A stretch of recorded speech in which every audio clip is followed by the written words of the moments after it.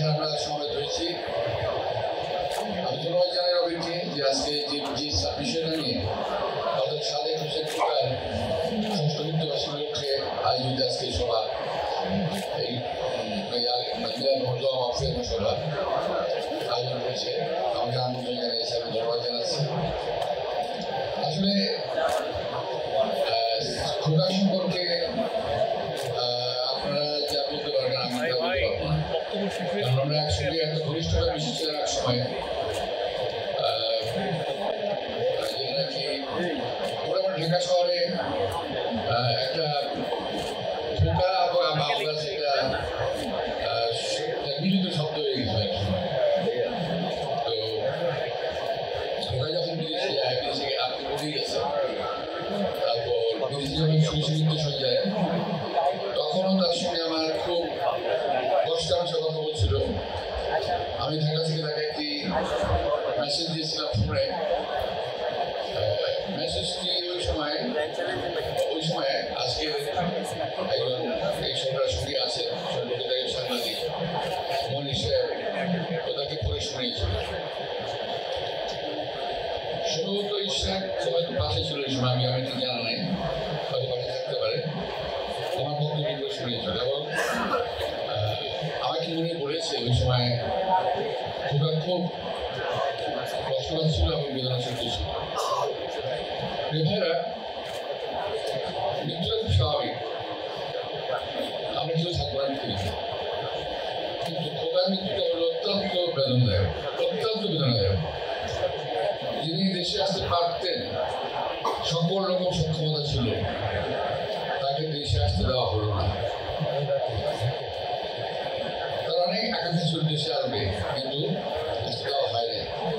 এটা একটা ওই সরকারের একটা ব্যর্থ এবং কদর্যের চেহারার একটা রূপ প্রকাশ পেয়েছিল ওই দিন খোকাকে এখানে আসতে না দেওয়া। যাই হোক, আজকে এই আলোচনা সভায়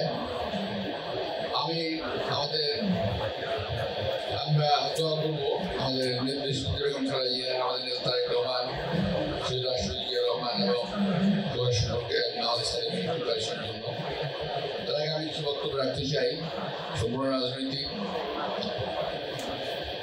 আমাদের যে এখানে বহুদিন মিটিং হয় না, আমরা এখানে পর্বের আগে আজকে আগের মতো মিটিংটা হয় না, মানুষের আপনাদের সঙ্গে কথা বলার সুযোগও আসে না। এখন দেশে এমন একটা অবস্থা চলছে, দেশটা কার, কে চালায়, মনে হয় দেশটা কোনো মালিক নাই, দেশের কোনো দেখার লোক নাই, সবাই শুধু ব্যস্ত সংস্কার সংস্কার সংস্কার। আরে ভাই, কি সংস্কার করতেছেন এটাই তো বুঝতে পারলাম না। আজকে দেশে বেকারের সংখ্যা বেড়ে গেছে, রাস্তায় নামলে হাঁটা যায় না, ফুটপাথ গুলো ভরে গেছে, রাস্তা দখল হচ্ছে। এই লোকগুলো কোথেকে আসলো হঠাৎ করে? কারণ কোনো কিছু করার নাই গ্রামে শহরে, এরা এখন দোকানপাট বসিয়ে চলছে এবং জনগণের একটা অসুবিধার সৃষ্টি করতেছে।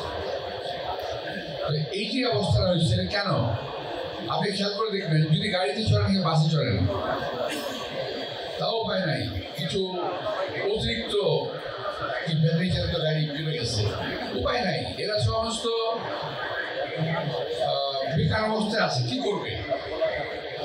কাজ তো চাই, সেদিকেই বেকার। এই দেশে মানুষের সমস্যার সমাধানে এই সরকারের কোনো লক্ষ্য নাই। আছে এভাবে উলট পালট করে দিয়ে মার উঠে উঠে খাই। এটা তোমরা পড়ছো কিনা আমি জানি না, আমরা পড়েছি কবির একটা ভাষ্য, উলট পালট করে দিয়ে মার উঠে করে খাই। এখন দেশটাকে উলট পালট করে দিয়ে একটা শ্রেণী জুড়ে শ্রেণী নতুন এই শ্রেণী দেশটাকে লুটে পুটে খাওয়ার চিন্তা ভাবনা করতেছে, দেশটাকে ধ্বংস করার চিন্তা ভাবনা করতেছে। যারা জীবনে মাথা তুলে কথা বলতে পারে নাই, তারা আজকে মাথা তুলে কথা বলে, চোখে চোখ রেখে কথা বলে। এই সাহস, এই শক্তি কোথায় পেল? আজকের যে সরকার, তাদের কার্যক্রম স্পষ্টতই বোঝা যায় যে তারা নিজস্ব কোনো শক্তি তাদের নাই।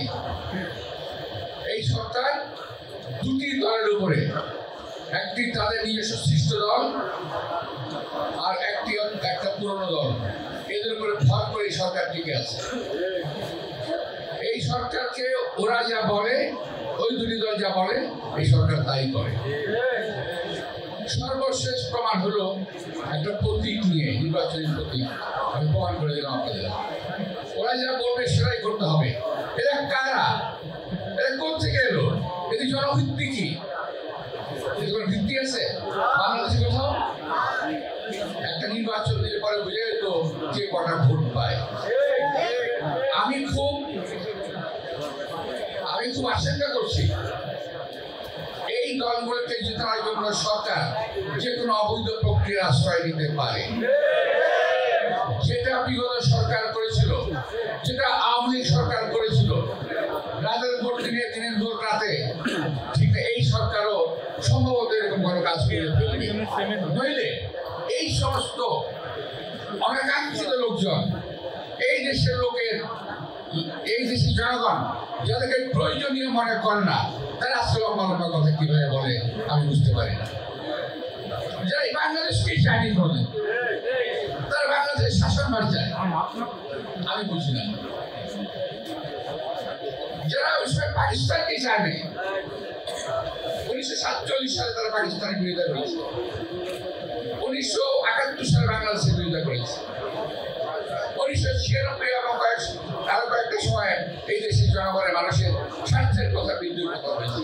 ওরা আজকে লম্বা কথা বলে। আজকে ধর্মের দোহাই দিয়ে দেশটাকে বিভক্ত করার চেষ্টা করছে তারা, জাতিকে বিভক্ত করার চেষ্টা করেছে তারা। আমি একটি প্রসঙ্গে কথা বলতে চাই। এখানে যখন শহীদ রাষ্ট্রপতি জিয়া রহমান এই দল গঠন করেন, আমার সাথে ওনার বয়সের সম্পর্ক অনেক ছিল, অনেক গ্যাপ ছিল, অনেক গ্যাপ। সামনের সাথে বসে কথার মতো অবস্থা আমাদের ছিল না। তবুও শহীদ রাষ্ট্রপতি জিয়া রহমান ছিলেন একজন বিশাল মানবাধিকারী মানুষ। উনি ছোট বাচ্চা থেকে বুড়ো সবার সঙ্গে উনি কথা বলতেন, মত বিনিময় করতেন। তো আমাদের সঙ্গে যখন প্রায় কথা হতো, জানটা তুলে করি, আমি একদিন প্রশ্ন করেছিলাম যে স্যার, কিছু স্বাধীনতা বিরোধী লোক, কিছু মুক্তিযুদ্ধ বিরোধী লোক, এদেরকে দল নিচ্ছেন, এটা ঠিক হচ্ছে? এটা কি ভালো হবে? তখন তিনি বললেন গম্ভীর গলায়, এই যুদ্ধটা তো বুঝতে পারবে না, আমি তো একজন মুক্তিযোদ্ধা, আমি আন্দোলনে লড়াই করেছি, এই দেশকে স্বাধীন করেছি, আমি মেনে নিচ্ছি, তোমরা মেনে নিতে পারো না কেন? আমি মেনে নিচ্ছি এই কারণে, একটা কথা মনে রাখবে, জাতিকে বিভক্ত করে কখনো দেশের মঙ্গল করা যাবে না। জাতিকে বিভক্ত রেখে দেশের মঙ্গল কখনো হয় না। সুতরাং জাতি ঐক্যবদ্ধ হতে হবে।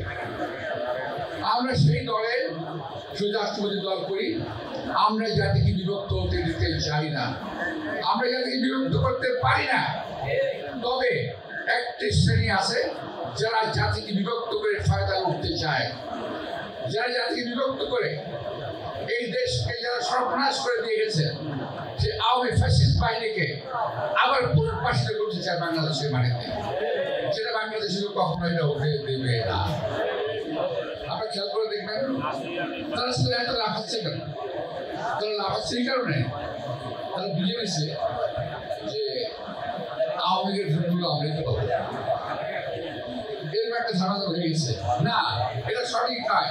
সকল আওয়ামী লীগ একটা অন্য কাউকে ভোট দেবে না, তারা দেশপ্রেমিক দলকে ভোট দেবে, আমি বিশ্বাস করি। তো প্রিয় ভাইয়েরা, আজকে কালকে আমাদের একটা সভা হয়েছে, সভায় প্রার্থী ঘোষণা হয়েছে। আমার খুব ভালো লাগছে। আমাদের অত্যন্ত আমার এই বয়সে কিংবা আরো কম বয়সে আমি প্রথম পাড়া নির্বাচন করি 1991 পুলিশের মতো ছিল। তো এখানে আমাদের সন্তান তুল্য আমার সন্তান দুজনেই আছে, রবিন এবং ইশরাক। তারা মনোনয়ন পেয়েছেন। আমরা আশা করছি আমাদের ঢাকা মহানগরীর সাবেক সাধারণ সম্পাদক, আমরা তার মনোনয়নটা আশা করি যে আমরা তার মনোনয়নটা পাবো, ঢাকা শহরে ওনাকে পাবো। তো আমাকে মনোনয়ন দেওয়া হয়েছে। তো আমার সেটা বিশ্বাস হয়েছে আমাদের সিরাজগঞ্জ যারা পেয়েছে তাদের জন্য, এবং নতুন পুরনো মিলে একটি আমার মনে হয় যে মনোনয়নটা হয়েছে, একটা সুন্দর মনোনয়ন হয়েছে। হ্যাঁ, নিঃসন্দেহে অনেকে আঘাতপ্রাপ্ত হয়েছে, কষ্ট পেয়েছে। একজন চেয়ারম্যান সাহেব ইয়ে করেছেন, ব্যক্তিগত করেছেন, আমরা অনেক চেষ্টা করেছি, উনি গ্রহণ করেছেন। তো এখন একই জায়গায় তো অনেক ভালো ভালো প্রার্থী থাকতেই পারে, তো একটা বোধহয় একজন দিতে হবে। তো উনি সেটাই করেছেন। তো আমরা সবাই মিলে যদি কাজ করি, আমরা যে নির্বাচনী বিশাল একটা যাত্রা নির্বাচনী পথে আমরা রওনা হয়েছি, সেখানে আমাদেরকে জয়লাভ করতে হবে। সেটাকে মাথায় রেখে আমরা সবাই একযোগে কাজ করবো, এটা একটা কথা চিন্তা করতে হবে। প্রিয় ভাইরা, আমি আবারও সাদর হোসেন খোকার আত্মার মাগফিরাত কামনা করে, দেশের বেগম তাদের সুস্থতা কামনা করে, সেই রাষ্ট্রীয় আত্মার মাগফিরাত কামনা করে, এবং আমাদের নেতা তারেক রহমানের সুস্থ কামনা করে আমি আবার প্রশ্ন করছি। সবাইকে ধন্যবাদ। আসসালামু আলাইকুম।